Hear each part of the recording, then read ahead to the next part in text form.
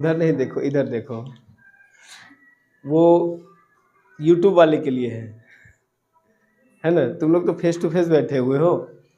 First of all हमें ये जानना है, जो आप लोग का ये पहला बैच है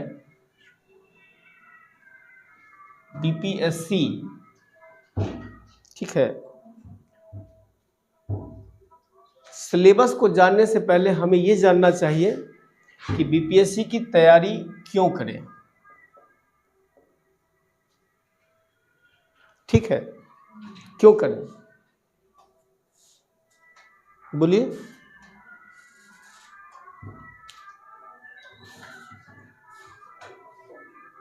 कुछ लोग कहेंगे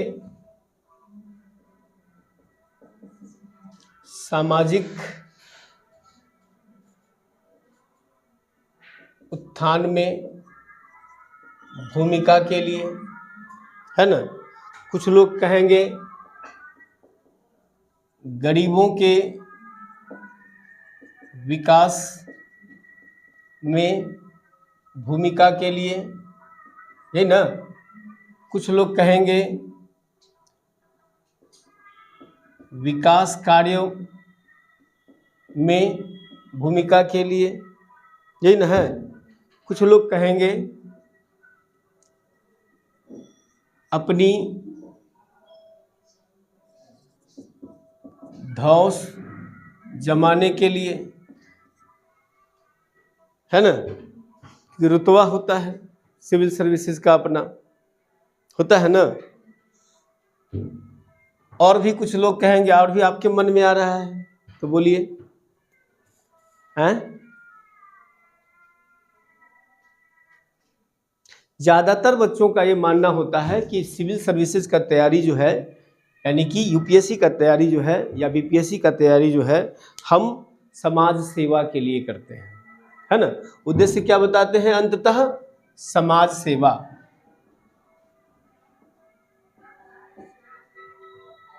कुछ लोग कहेंगे कि समाज के अंतिम पायदान पर बैठे लोगों के उत्थान के लिए, कहते हैं ना। ये सब कोरी कागज है, कहने की बात है, ऐसा कुछ नहीं होता है। अगर जिस दिन आप ये सोच रहे हैं तो सबसे पहली गलती आपकी सफलता का बाधा है ये। अगर आप सोचिएगा तो फिर सर आप प्रमोट क्या कर रहे हैं, स्वार्थ को प्रमोट कर रहे हैं, है ना। तो बिल्कुल छात्र जीवन में स्वार्थी होना बहुत जरूरी है।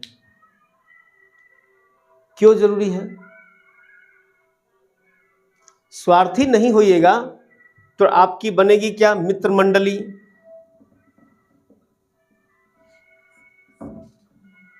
बनेगी ना। मित्र मंडली का लाभ क्या है और हानि क्या है, ये बता दो। हम जानेंगे बीपीएससी के सिलेबस। पहले समझे हमको कि अगर तुम सिविल सेवक बनना चाहते हो तो सबसे पहले वैसा अप्रोच तुम्हारे अंदर आना चाहिए, वैसी सोच तुम्हारे पास होनी चाहिए। जब तक वैसा सोच नहीं बनाओगे, इसको पढ़ने का दूर दूर तक कुछ नहीं। पढ़ने के लिए क्या है, पढ़ रहे हैं, किताब पढ़े जा रहे हैं, पढ़े जा रहे हैं, क्या कर रहे हैं, तो ये कर रहे हैं, है ना। तो ये संभव नहीं है, ठीक है। सबसे पहले हमें ये जानना पड़ेगा कि हमें क्या नहीं करना है लाइफ में। अगर तुम सिविल सेवक बनना चाहते हो तो तुम्हें क्या नहीं करना है, ये जानना जरूरी है, ठीक है। तो मित्र मंडली अगर बनाइएगा आप, चूंकि स्वार्थी अगर नहीं बनते हैं तो इमोशनल ज़्यादा होता है। इमोशन को साइड कीजिए, पहली बात, ठीक है। इमोशन को साइड कीजिए, और अगर नहीं तो स्वार्थी बनिए। स्वार्थी अगर नहीं बनते हैं तो क्या होता है, मैं वो एग्जाम्पल बताता हूँ। मेरा अपना जो लाइफ का अनुभव है, और जो मैं सिविल सर्विसेज की तैयारी करते हुए दिल्ली या पटना में बच्चों को देखता हूँ, तो कहाँ जाता है, कहाँ चला जाता है, उसका खुद अंदाज़ा उसको नहीं पता चलता है। जब उसको मालूम चलता है तो मालूम चला कि वो कहीं जाना था, है ना। तो वो गाना है ना कि देखते देखते क्या से क्या हो गया, देखते देखते, वही वाली बात हो जाती है ना। बाबूजी का पैसा लेके चले थे सिविल सर्विसेज की तैयारी करने, पिताजी अपने पिताजी अपने ज़िंदगी में अलग स्थिति पैदा किए, मेहनत किए, संघर्ष किए, और तब बच्चे जो है अपने बच्चों को अच्छा रास्ते पर ले जाने के लिए प्रेरित किए। बच्चों को बड़ी अरमान से भेजा गया कि हमारा बच्चा जाए, सिविल सर्विसेज का तैयारी करे और मेरा नाम करे, यही है ना। जाके क्या किया, शहर की चकाचौंध रोशनी में कहीं खोता हुआ नजर आया। समझ में आ रही बात। तो जरूरी क्या हो गया कि जानना कि अगर आप स्वार्थी नहीं बनिएगा छात्र जीवन में तो आपको नुकसान क्या होगा। नुकसान होगा कि मित्र मंडली बनेगा, तो मित्र मंडली का हर जगह नुकसान थोड़ी होता है, लाभ भी होता है। क्या लाभ है? अगर आप पॉजिटिव के साथ मित्र मंडली को अगर डील करते हैं तो क्या होगा,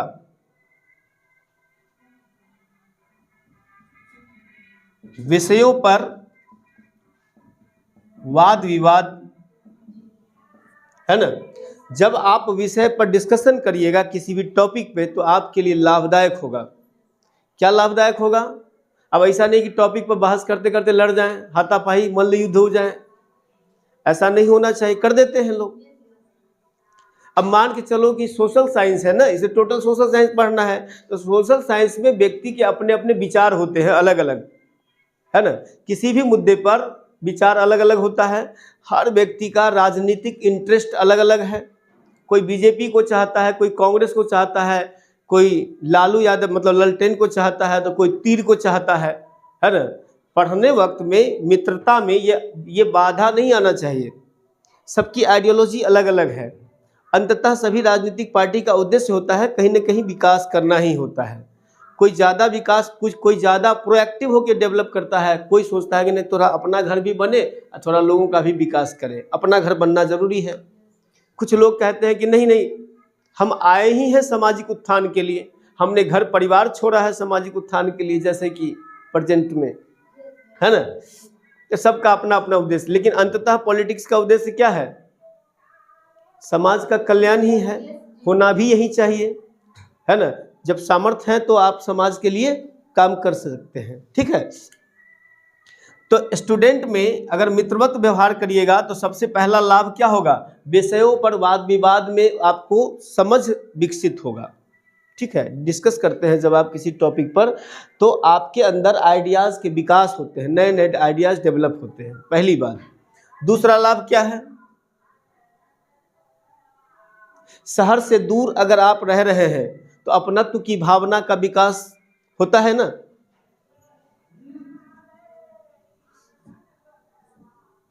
यानी कि अकेलापन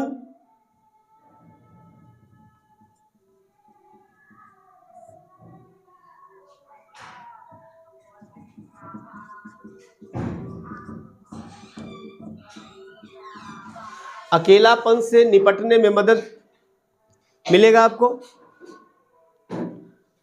अकेलापन से निपटने में मदद करेगा कि नहीं करेगा दोस्त? हाँ, मनीष कुमार पहले जानते हैं। स्वाभाविक बात है, आप लोग तो अभी घर से आ रहे हैं, और जो डेरा लेके रहता है उसको मालूम है लॉलीनेस होता क्या है। तरह तरह की भावनाएं मन में घर करेगा, है ना। कभी करेगा कुछ, कभी करेगा कुछ, मन करेगा अरे क्या पढ़ना है यार, छोड़ो हटाओ, पढ़ के क्या होता है। फिर दिमाग में आएगा नहीं यार, पढ़ाई ही जिंदगी है। बिना मतलब अशिक्षित व्यक्ति क्या है? पशु के समान है कहा जाता है। तो दिमाग में तुरंत बिजली की तरह कौंधेगी बातें। फिर हम क्या करेंगे? किताब उल्टा के जोश में 2 घंटा पढ़ेंगे। कुछ लोग जोश में 4-5 घंटा लगातार बैठ जाते हैं, उसकी आदत नहीं होती है। कल मतलब रात में जिसको सोने की आदत है और पढ़ने की आदत नहीं है, अर्थात जो निशाचर नहीं है, है ना, वो निशाचर बनने का प्रयास करता है। निशाचर मतलब रात में जगने वाला, ठीक है। तो निशाचर जो नहीं है और निशाचर बनने का कोशिश करता है दूसरों को देखकर, तो परिणाम क्या होता है? क्या परिणाम होता है? परिणाम होता है कि एक रात दबा के पढ़ेगा पूरा 6 घंटा 7 घंटा, अब भोर में जाके 4 बजे जब उसको उठने की टाइम होती है तब वो सोने जाएगा, अब पूरी दिन सोया रहेगा भैंसा की तरह, ठीक है। तो आपका शरीर जिस लायक है, जैसा आपने अपने शरीर को एडजस्ट किया है, आप उसके अनुकूल रहिए। इसके बाद मित्रवत का लाभ क्या है? बाहरी आघात से लड़ने में मदद करेगा। कहीं कोई मामला फंस गया, अरे चलो यार देखा जाए, होता है ना। नुकसान क्या है ये बता दो हमको। लाभ तो बहुत नजर आ रहा होगा, नुकसान भी होते हैं। सिविल सर्विसेज है, साइंस नहीं है, साइंस के भी होते हैं। साइंस में प्रो एंड कॉन्स दोनों देखा जाता है। जब हम मिसाइल टेक्नोलॉजी में नए मिसाइल का निर्माण करते हैं, या साइंस में नए टेक्नोलॉजी का इजाद जब किया जाता है, तो उसके हानि और लाभ दोनों को देखा जाता है, ठीक है। और उसका मूल्यांकन करके अंततः लाभ वाले कंसेप्ट पे ज़्यादा फोकस करके काम किया जाता है, तभी तो साइंस आगे है। नहीं तो कहाँ किसका नुकसान नहीं है बता दो हमको। इलेक्ट्रॉनिक मीडिया में तुम अभी जो यूज़ करते हो, मोबाइल, लैपटॉप, नए डिवाइस आ गए हैं, क्या आपको नहीं लगता है कि ये ई कचरा है कि नहीं है? ये है, पॉल्यूशन फैलाता है कि नहीं फैलाता है? फिर भी हम उसको यूज करते हैं, क्यों? क्योंकि मानव सभ्यता के लिए वर्तमान में जरूरी है। तो इसका नुकसान क्या होगा मित्र मंडली का? टाइम ज़्यादा एक्सपेंड होता है, समय की बर्बादी। बहुत अच्छा बात बोले हो, समय की बर्बादी। सबसे पहली बात, समय की बर्बादी तब होगी, देखो यहाँ मैंने लिखा है कि लाभ भी होगा, समय का सदुपयोग भी होगा, वाद विवाद के द्वारा यहाँ बर्बादी भी होगी। ये डिपेंड करता है तुम्हारी सोच पर कि अगर तुम मित्रवत व्यवहार कर रहे हो तो मित्र के साथ किस टॉपिक पे बात कर रहे हो, ठीक है। कहीं 15 दिन 1 महीना में कहीं घूमने चले गए तो ठीक है। मैं दिल्ली में था तो मेरा एक दोस्त था, वो प्रत्येक सप्ताह पे, है ना, अपने महिला मित्र मंडली के साथ जो है दिल्ली टूर पे निकलता था, है ना। और दिल्ली टूर पे जाता था, खाता था और खिलाता था। 4 साल के बाद बैक टू पवेलियन, खेत में काम कर रहा होता है। खेत में काम करना गुनाह नहीं है, लेकिन जो उद्देश्य से तुम यहाँ से निकले थे उस उद्देश्य को तुमने पूरा किया नहीं किया, तो उसके अंदर कमी क्या थी ये समझना है, ठीक है। समय की बर्बादी पहला। दूसरा और कारण, दूसरा और नुकसान, एक और नुकसान बता दो।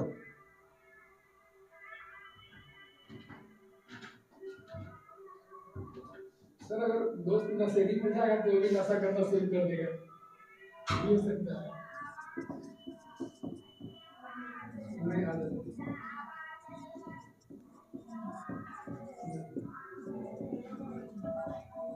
बुरे लत लगने की संभावना। संग गुणे शासत कहा जाता है। जैसी संगति होगी ऐसा विचार होगा।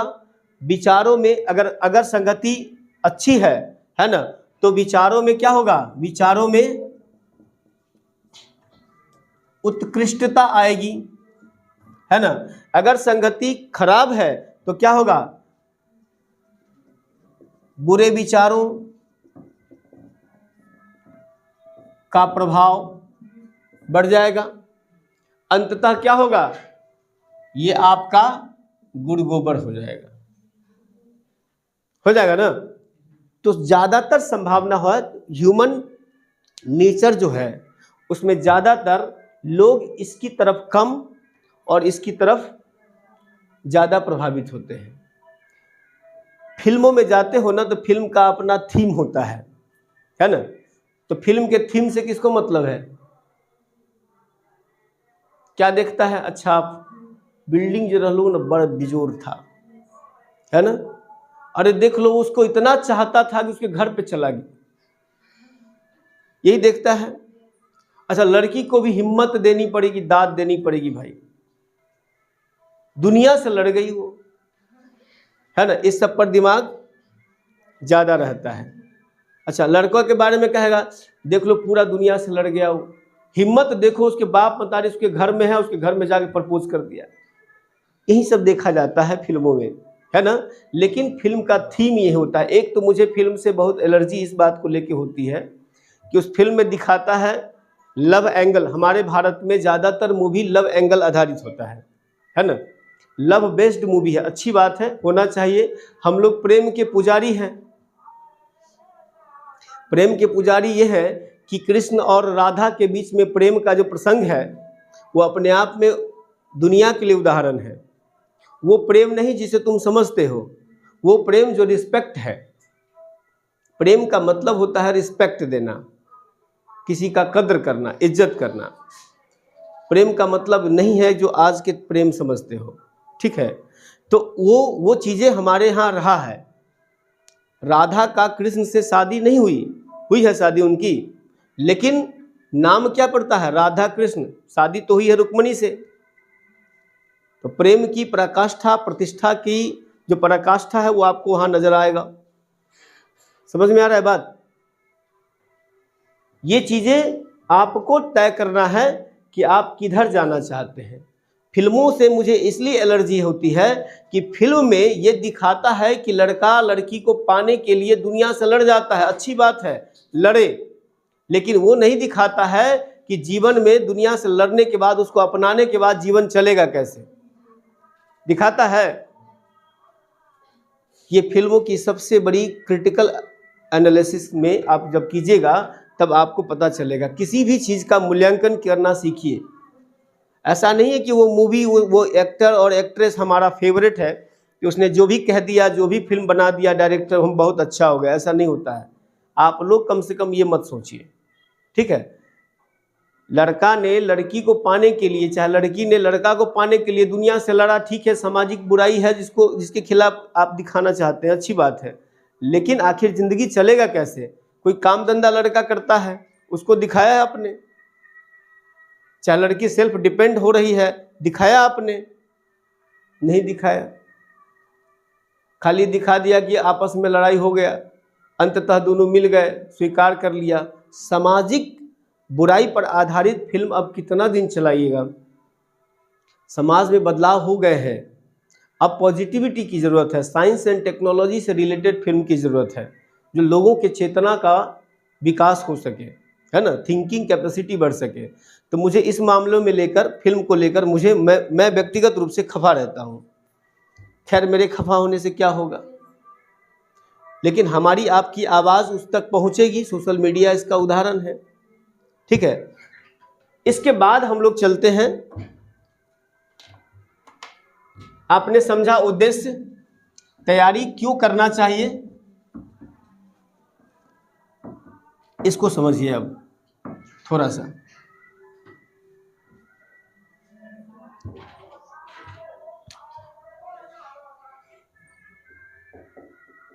जो क्यों शब्द है, मेरे हिसाब से, है ना, इस दुनिया में पावर का होना बहुत जरूरी है, ठीक है। तो सबसे पहले क्या चाहिए? पावर। वो पावर नहीं जो इलेक्ट्रिसिटी के द्वारा है, सोशल पावर की बात कर रहे हैं, सामाजिक पावर। देखिए, आपने कहा कि समाज में समाज सेवा करना है, डेवलपमेंट करना है, ये करना है, वो करना है, वो सब ठीक है अपने जगह पर। कैसे करेंगे? पावर चाहिए, है ना। तो पावर के लिए तैयारी बीपीएससी का करना होगा या यूपीएससी का करना होगा, ठीक है। क्योंकि पावर होगा तो आपके एक क्षेत्र निर्धारित किए जाएंगे आपके लिए। मान के चलिए कोई क्षेत्र है, इसमें विभिन्न इलाका है ना। इन सभी इलाकों में मान के चलिए ये सी इलाका है, ये ए है, ये बी है, ये डी है, ये ई है और एफ है, जी है, एच है, आई है। समझ में आ रहा है बात?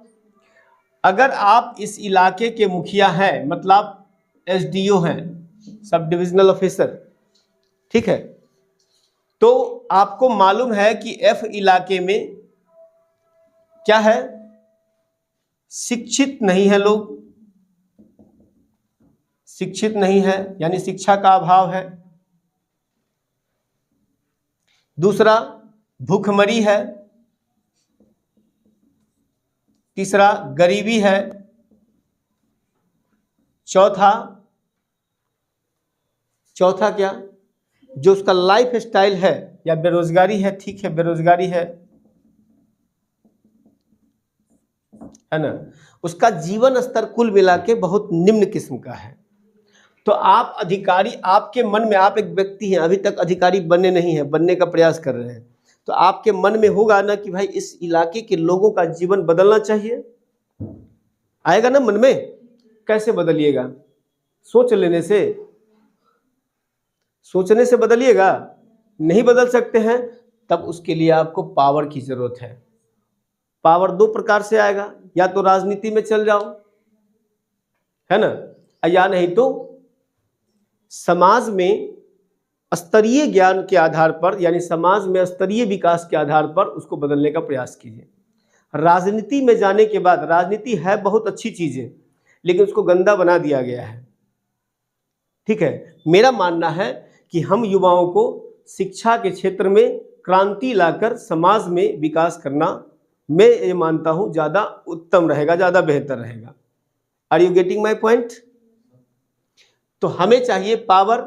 पावर का मतलब धांधली नहीं, रंगदारी नहीं, बदमाशी नहीं, पावर का मतलब शिक्षा का पावर। समझ में आ रहा है? Educational power. जब आप शिक्षा ग्रहण कीजिएगा तो आपके पास जो पावर आएगा, उस पावर का इस्तेमाल सामाजिक उत्थान में कर सकते हैं, है ना। कुछ लोग उदंड मारतंड होते हैं, है ना, वो क्या करते हैं, किसी का धन लूटना और कुछ धन को गरीबों में बांट देना, वो अपने आप को बहुत बड़ा मसीहा समझते हैं, है ना।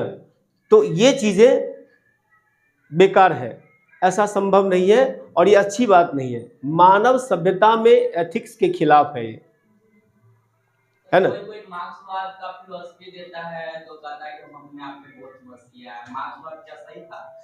देखो, मार्क्स उस समय में उद्भव हुआ जब यूरोप में औद्योगिक क्रांति थी, विशेषकर ब्रिटेन में। और औद्योगिक क्रांति में यूरोप वालों ने, यानी कि ब्रिटेन वालों ने अपने ही लोगों के साथ अत्याचार किया है। 16 घंटे, 18 घंटे, 14 घंटे काम करवाए हैं, बच्चों सबसे 10-10 घंटा काम करवाया गया है। इसके कारण मार्क्स ने ये बातें कही कि दुनिया के मजदूरों, है ना, जागो, तुम्हें खोने के लिए कुछ नहीं है, पाने के लिए सारा जहां है। जहां शोषण हो रहा है, भारत के संदर्भ में ऐसा नहीं है। भारत में कभी भी मजदूरों का उतना शोषण नहीं हुआ है जितना कि, ऐसा नहीं मैं कह रहा हूं कि भारत में मजदूरों का या निम्न क्लास के लोगों का शोषण नहीं हुआ है, बिल्कुल हुआ है, लेकिन उतना शोषण नहीं हुआ है जितना कि यूरोप में है। जिस प्रोग्रेसिव लाइफ की बात कर रहे हो या जिस आधुनिकता को तुम यूरोप में देख रहे हो, अपने ही लोगों के खून पसीने पे बना हुआ है ना। हमारे यहाँ ऐसा नहीं था। ब्रिटिश ने जब भारत में एंट्री किया, यानी ब्रिटिश राज सत्ता स्थापित हुई, वही आगे आप पढ़ेंगे मॉडर्न हिस्ट्री में, तो आप देखिएगा कि ब्रिटिश ने उसी व्यवस्था को भारत में भी स्थापित करने का प्रयास किया। लेकिन भारत के लोगों की एक विशेषता है कि जब भी कोई व्यक्ति, चाहे वो डेमोक्रेटिक वैल्यू के साथ खेले या मानवीय वैल्यू के साथ खेले, भारत की जनता उसे कतई बर्दाश्त नहीं की है। कुछ दिन, कुछ साल, कुछ वर्षों के बाद उसको सत्ता से उखाड़ के फेंका गया है। आज़ाद भारत में भी देखोगे डिक्टेटरशिप की एक पराकाष्ठा मिसेस गांधी ने की थी, इंदिरा गांधी ने, है ना, इमरजेंसी लगा दी उनके खिलाफ बोलने वाले को। लेकिन भारत की जनता ने क्या किया, उन्हें भी सत्ता से हटा दिया। ये लोकतंत्र का पावर है ना। तो इसलिए हमें आधिकारिक तौर पर उस पद पे जाकर पावर को अचीव करना चाहिए और संविधान के दायरे में रहकर, है ना, संविधान के दायरे में रहकर इन क्षेत्र के जो गरीबी है, भुखमरी है, बेरोजगारी है, लोगों का जो जीवन स्तर है काफी निम्न स्तर का है, उसमें सुधार करने का प्रयास करना चाहिए। ठीक है, न कि आप गलत रास्ता अपना के।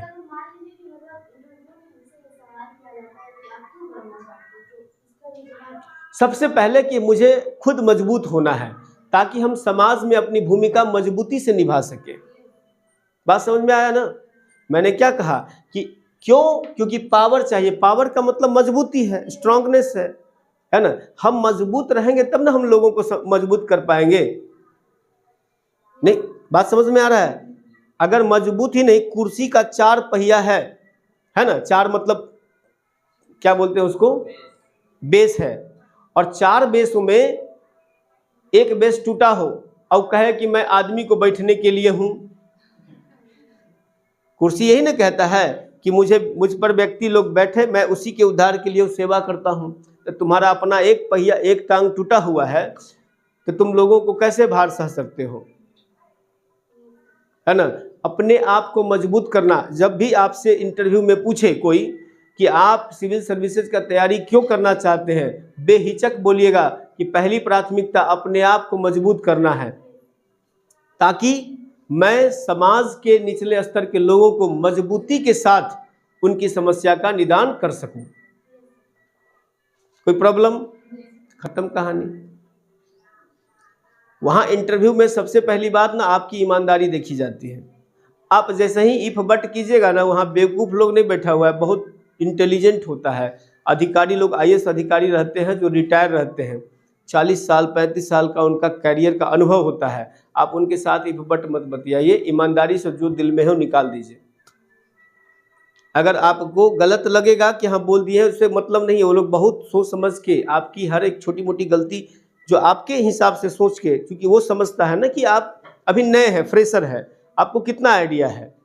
तो अगर आपके हिसाब से बताया कि मैं स्वार्थी बनना चाहता हूं, तो कह रहे हैं स्वार्थी क्यों, कैसा आदमी है स्वार्थी रहेगा। ये सिविल सेवा, सिविल का मतलब नागरिक सेवा का मतलब सेवा है, नागरिक सेवा में कैसे जाओगे। तब आप उसको डिफाइन कीजिए। जैसे मुझसे पूछा गया कि अब महिला सशक्तिकरण को कैसे देखते हैं, ठीक है, इंटरव्यू में, तो मैंने कहा कि मेरे देश में महिला कभी कमजोर थी ही नहीं, है ना। तब उन्होंने कहा कि क्या बात कर रहे हैं, महिलाओं का शोषण तो प्राचीन काल से है। मैंने कहा मैं समझता हूं उस चीज को, लेकिन आप अगर दुनिया के समाज से कंपैरिजन कीजिएगा, जब आप भारत के महिलाओं की बात करते हैं तो भारत के महिलाओं की बात भारत के संदर्भ में मत कीजिए, आप ग्लोबल लेवल पे बात कर रहे हैं। तब न कह रहे कि भारत की महिला कमजोर थी या उसको दबाया गया है, आगे नहीं बढ़ाने दिया गया है। तो भारत के संदर्भ में देखा जाए तो भारत की महिला मजबूत रही है। उसका उदाहरण है कि भारत की इकोनॉमी कहाँ बसती है, गाँव में। अब गाँव किस पर आधारित है, कृषि पर आधारित है ना। कृषि कार्य में संलग्न 80% लोग, 90% लोग, अभी तो कम हो गया है, उस समय की बात है, आज़ादी से के समय में 90% लोग, इवन अगर एंशिएंट एज में जाइएगा तो 95% लोग कृषि पर आधारित है। और कृषि पर आधारित जीवन में, है ना, गृहस्थ जीवन उसी में शामिल होता है, और पति और पत्नी दोनों मिलकर काम करते हैं अपने देश के, अपने घर को, अपने परिवार को विकसित करने के लिए मेहनत करते हैं। महिलाएं खेत में काम करती थी, पुरुष बाहर का काम करते थे। तो क्या हुआ, कोलैबोरेशन हुआ कि नहीं हुआ। साइकिल के 2 पहिए के बराबर है जिंदगी। उसी प्रकार से अगर देखा जाए तो समाज में महिलाओं का जो भूमिका है, कुटीर लघु उद्योग, ज़्यादातर लघु और कुटीर उद्योग, माइक्रो और स्मॉल इंटरप्राइजेस जिसको आप बोलते हैं आज, वो सारे के सारे मालिकाना हक जो है महिलाओं के पास था प्राचीन काल में। आप उठाइए, पुरुष बाहर का काम करते थे, महिलाएं खाना बनाने के बाद लघु कुटीर उद्योग के माध्यम से, हथकरघा उद्योग के माध्यम से उत्पाद तैयार करते थे नए नए, और उसका बाजार में जाके, हाट जो हुआ करता था पहले, हाट का मतलब छोटा मोटा बाजार जो होता है चौक चौराहे पर, उसमें वो अपना वस्तु के उत्पादन जो करती थी उसको बेचती थी, और उससे रुपये आमदनी होता था। तो बताइए कहाँ मजलूम थी।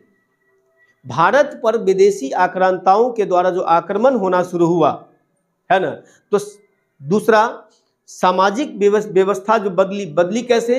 एक समय था जब वैदिक काल में, है ना, ये सब व्यवस्था नहीं थी। वैदिक काल के बाद जब महाजनपद काल आता है और राजा की वर्चस्व की बात आने लगती है, तो राजा के वर्चस्व ने एक प्रकार से समाज में विभाजन पैदा किया, और एक वर्ग ऐसा उत्पन्न हुआ जिसे 4 वर्ण था, कौन, ब्राह्मण, क्षत्रिय, वैश्य और शूद्र। ब्राह्मण ब्रह्मा के मुख से निकले हुए बताते हैं, क्षत्रिय बाजू यानी पावर का प्रतीक है, वैश्य उनके भार को सहने का प्रतीक है, मतलब वैश्य की उत्पत्ति थाई से माना जाता है आपके शास्त्रों में। थाई जो होता है पूरे शरीर के भार को सहन करता है, ठीक है। और शूद्र जो है वो क्या है, सेवादार माने जाते हैं। सेवा का मतलब ये नहीं है कि किसी की गुलामी करना, पहली बात समझ लीजिए आप लोग, ठीक है। सेवा का मतलब गुलामी करना नहीं होता है, उसके उस हिसाब से मैं बता रहा हूं जो हमारे प्राचीन ग्रंथ है। सेवा का मतलब था कि कार्य अपना अपना जो स्किल है उसके आधार पर अपने जीवन को चलाने के लिए, जैसे अभी नौकरी करते हो, क्या है वो, सेवा है ना। तो कहोगे कि क्या ये शूद्र है, नहीं ना। तो इंटेंशन को समझिए उस समय के हिसाब से। धीरे धीरे जब भारत में राजतंत्र का विकास हुआ है ना, और लोहे की खोज ने क्या किया, लोहे की खोज ने क्या किया, कृषि उत्पादन में क्रांति लाई। लोहे का खोज जो हुआ इसी मगध इलाके में हुआ है, और लोहे की खोज ने आधुनिक कृषि पद्धति को जन्म दिया।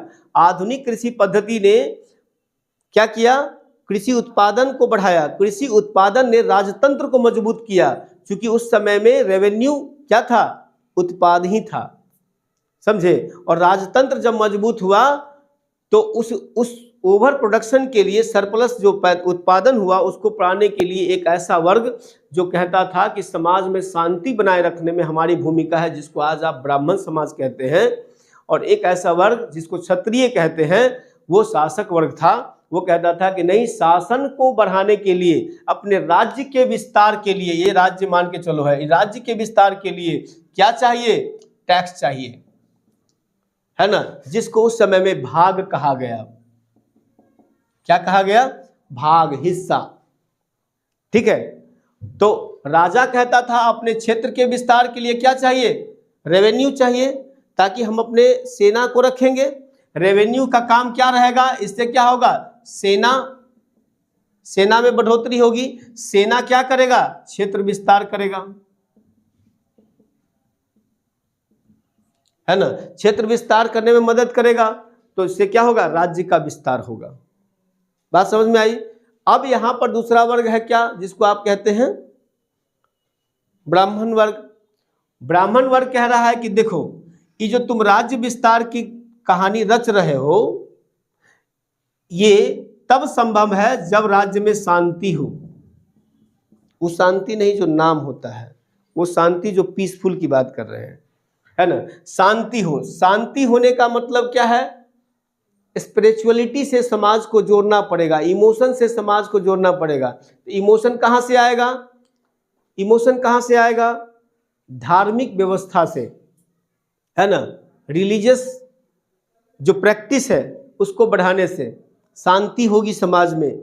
लोग जब उदंडगिरी करेंगे तो कहेंगे कि नहीं, नैतिकता ये नहीं कहता है, वो नहीं कहता। इससे क्या होगा, समाज में शांति स्थापित होगी। तो इसलिए जो रेवेन्यू आपका ओवर प्रोडक्शन हो रहा है, वो रेवेन्यू हमको दीजिए। बात समझ में आया। इन दोनों के टकरार ने क्या जन्म दिया,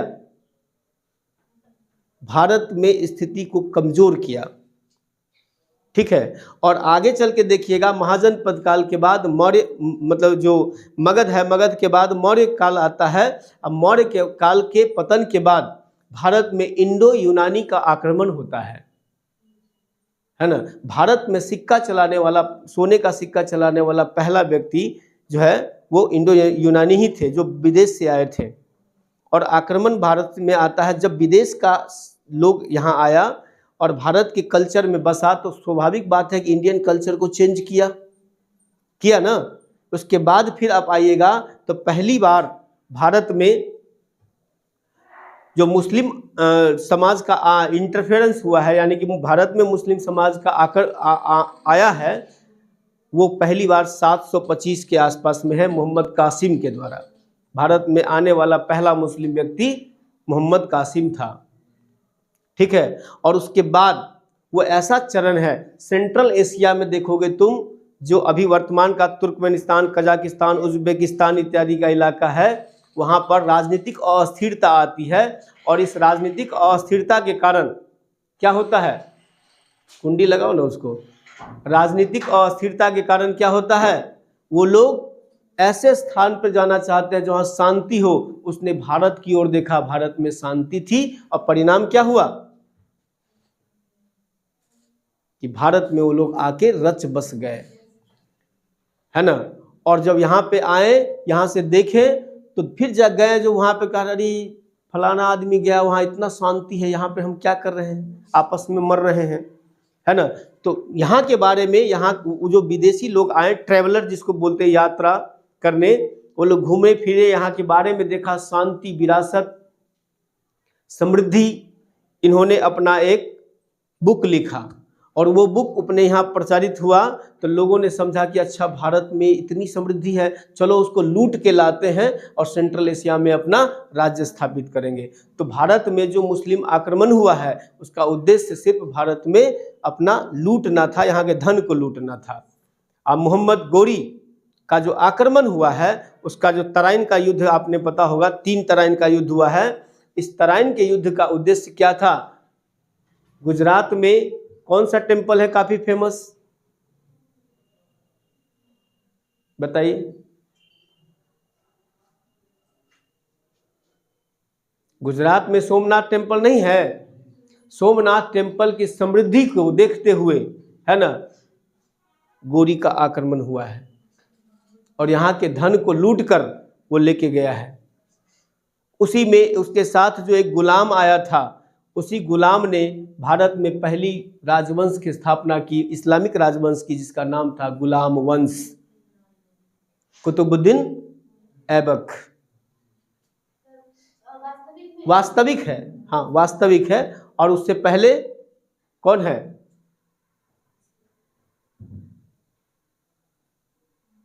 गुलाम वंश का नींव डालने वाला कौन है?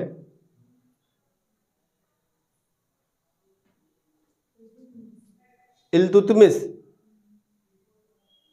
इल्तुतमिश वास्तविक संस्थापक हुआ ना।